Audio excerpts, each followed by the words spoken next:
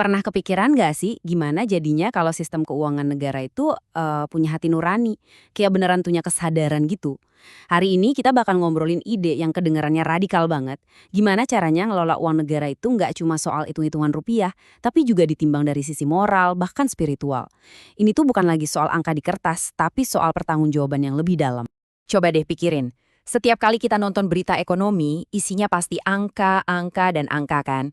PDB naik, surplus anggaran, cadangan devisa segini triliun.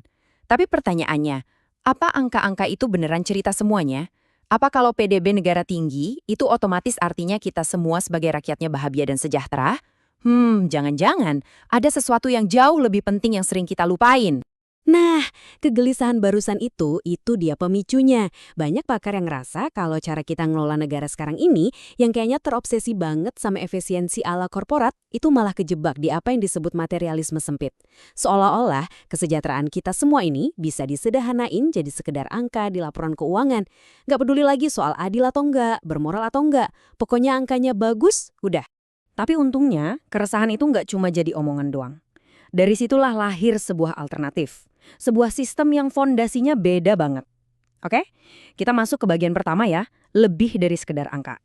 Kalau kita lihat cara yang biasa, akuntansi publik itu sering dianggap kayak robot.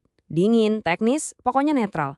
Tugasnya ya cuma satu, ngelacak duit keluar masuk, mastiin semuanya sesuai anggaran. Udah, nggak ada tuh obrolan soal moral. Duit ya duit, titik.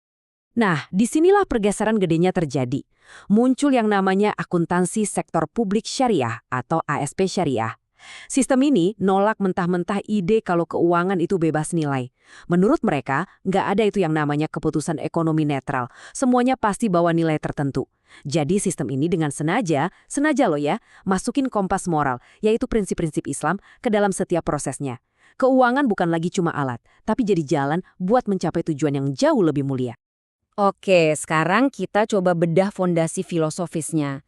Karena ini penting banget, ini bukan cuma ganti rumus atau ganti format laporan. Ini soal cara pandang terhadap dunia yang beda total. Bisa kita lihat di sini perbedaannya, wah fundamental banget. Di satu sisi yang konvensional itu ngelihat realitas itu ya cuma satu, materi. Dunia fisik yang bisa kita sentuh, kita hitung. Aset negara itu ya gedung, jalanan, sama duit di kas. Udah. Nah, di sisi lain, pandangan syariah itu dibangun di atas konsep tauhid. Yang ngelihat realitas itu ada dua sisi, ganda. Ada dunia materialnya, tapi di saat yang sama ada dimensi spiritualnya yang nggak bisa dipisahin. Jadi setiap transaksi itu bukan cuma urusan duit antar manusia, tapi juga ada nilai pertanggungjawaban di hadapan Tuhan. Tabel ini ngejelasin semuanya dengan ringkas. Coba deh perhatiin. Cuma gara-gara satu perubahan cara pandang, dari realitas tunggal ke ganda, semuanya jadi berubah. Tujuannya bukan lagi ngejar surplus anggaran, tapi falah. Dan ini nih yang paling penting, soal akuntabilitas. Nggak cukup cuma lapor ke publik atau DPR secara horizontal, tapi ada yang lebih utama, pertanggungjawaban vertikal langsung kepada Tuhan. Ini benar-benar game changer. Terus apa sih falah itu? Mungkin kita sering dengar kata ini. Ini tuh bukan cuma soal sejahtera atau kaya raya ya. Falah itu kesuksesan yang holistik, yang utuh. Jadi sebuah negara itu nggak bisa dibilang sukses mencapai falah kalau ekonominya meroket tapi rakyatnya hidup dalam kecemasan, ketidakadilan di mana-mana.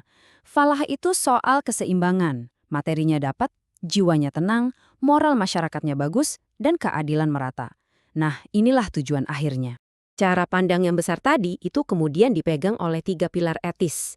3 pilar inilah yang jadi penopang setiap keputusan keuangan. Dan ini bukan cuma saran baik loh, ini fondasi yang nggak bisa diganggu-gugat. Apa aja 3 pilar itu? Pertama, akuntabilitas atau mas'uliyah. Kedua, transparansi atau musyarakah. Dan yang ketiga, keadilan atau adalah. Oke, kita bahas satu-satu ya. Mulai dari yang pertama. Nah, soal akuntabilitas ini, poin kuncinya begini. Di sistem biasa, mungkin aja seorang pejabat bisa mempercantik laporan, biar kelihatan bagus di depan publik atau auditor ya kan? Tapi dalam kerangka syariah, selalu ada kesadaran bahwa ada auditor tertinggi yang nggak mungkin bisa dibohongi. Laporan keuangan itu jadinya bukan cuma dokumen administrasi biasa, tapi semacam dokumen kesaksian di hadapan Tuhan. Wah, ini sih level integritasnya jadi beda banget. Oke, tadi kita udah ngobrolin filosofi sama prinsip-prinsipnya. Cukup teoritis ya. Sekarang, kita lihat gimana sih semua ini diterapin di dunia nyata. Gimana cara kerjanya di lapangan? Misalnya soal alokasi anggaran. Gimana negara mutusin duitnya mau dipakai buat apa aja? Nah, di sini ada alat yang praktis banget, namanya fikih prioritas. Jadi, semua pengeluaran itu dibagi jadi 3 level. Level pertama, yang paling wajib, itu daruriyat. Ini kebutuhan dasar buat bertahan hidup, makan, rasa aman, kesehatan. Level kedua ada hajiat. Ini hal-hal yang bikin hidup lebih nyaman, kayak transportasi umum. Dan yang ketiga, tasiniat. Ini sifatnya lebih ke kemewahan, kayak bangun monumen megah atau fasilitas yang super mewah. Aturan mainnya jelas dan tegas. Negara dianggap gagal kalau sibuk ngabisin duit buat level 3, sementara kebutuhan dasar rakyat di level 1 aja belum beres. Terus, dari mana sumber pendapatannya? Salah satunya ada instrumen yang unik banget, zakat. Penting buat dicatat, ini bukan sekedar donasi sukarela ya, bukan juga pajak biasa. Zakat ini kewajiban finansial yang dikelola oleh negara, dan tujuannya juga udah ditentuin dari sananya, khusus buat 8 golongan, yang utamanya adalah fakir miskin. Jadi ini semacam jaring pengaman sosial yang udah built-in di dalam sistemnya. Oke, terus gimana kalau mau bangun proyek gede-gedean, kayak jalan tol atau bandara? Nah, disinilah sukuk masuk. Mungkin kita lebih kenal dengan sebutan obligasi syariah, tapi bedanya jauh banget. Gini deh, kalau kita beli sukuk, kita itu bukan minjemin duit ke negara terus dapat bunga, bukan. Tapi kita itu beli sebagian kecil kepemilikan atas asetnya. Misalnya, kita jadi ikut punya sekian persen dari jalan tol itu. Nah, keuntungan yang kita dapat itu ya dari hasil operasional jalan tolnya, bukan dari bunga. Ini cara cerdas buat membangun tanpa harus kejebak utang berbasis bunga. Jadi apa sih gambaran besarnya dari semua ini? Ujung-ujungnya mau kemana? Sederhana, tujuannya adalah membangun sebuah tatanan ekonomi yang nggak cuma efisien, tapi juga adil dan bermoral. Oke, kita rangkum ya poin-poin pentingnya. Pertama, ini adalah sistem keuangan yang punya kompas moral, udah dari sananya. Kedua, tujuannya itu bukan cuma profit, tapi kesejahteraan yang utuh, yang kita sebut falah. Ketiga, pertanggungjawabannya ada 2 lapis, ke sesama manusia, dan yang utama, ke Tuhan.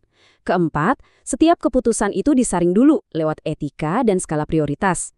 Dan kelima, sistem ini pakai alat-alat unik kayak zakat dan sukuk buat mewujudkan masyarakat yang lebih adil.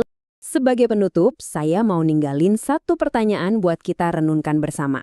Coba deh kita lupain dulu spesifik kerangka syariahnya, dan kita tarik ke gambaran yang lebih besar. Coba bayangin, gimana jadinya dunia kita kalau semua sistem keuangan mulai punya nurani? Gimana kalau setiap keputusan finansial, entah itu oleh pemerintah atau perusahaan, nggak cuma mikirin untung rugi, tapi juga nimbang dampak moral dan sosialnya? Mungkin inilah obrolan yang perlu kita mulai sekarang. Terima kasih sudah menyimak.